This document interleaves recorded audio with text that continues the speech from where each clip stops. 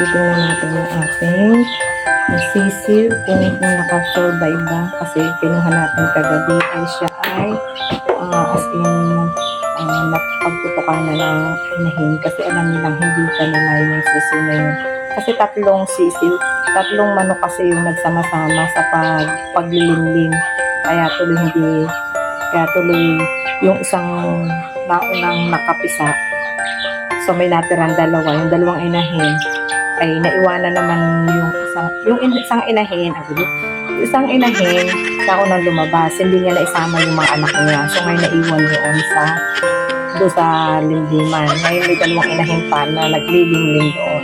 So ngayon, dahil nga naiwan yung mga sisiw, so ngayon hindi nila iniintindi ito. At ngayon nga, dahil alam nila hindi kanya yung mga sisiw, kaya naman kung saan tinutuka. So kahapon ay parang ano na yung tuklap na yung ganito, ang kakaawa.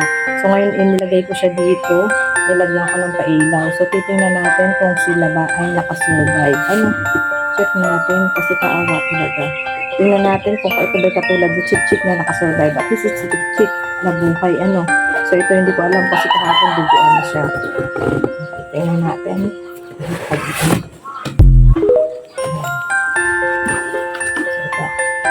Nalagyan ko sila ulit ng ilaw.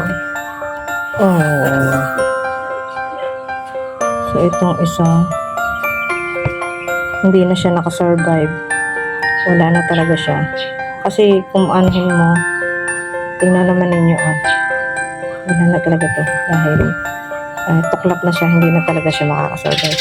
So ito namang isa, ayan.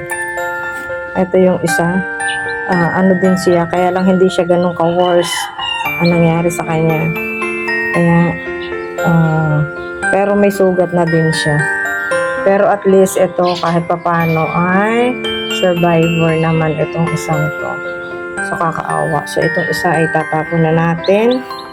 Dahil talagang hindi na talaga siya pwede. Tatakpan na natin. Tapon na natin. At ito ilalagay natin dito sa loob. So, kaawa sila po. So, yun pikit na pikit na. Ayan, tuloy talagang ano-ano. Ayan, kawawa Ayan, so, may panibago na naman po tayong alagaan.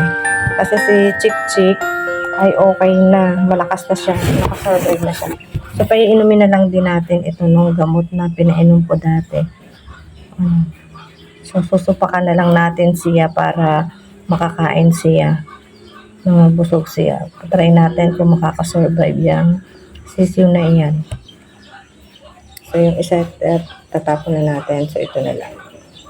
And then, yun lang guys.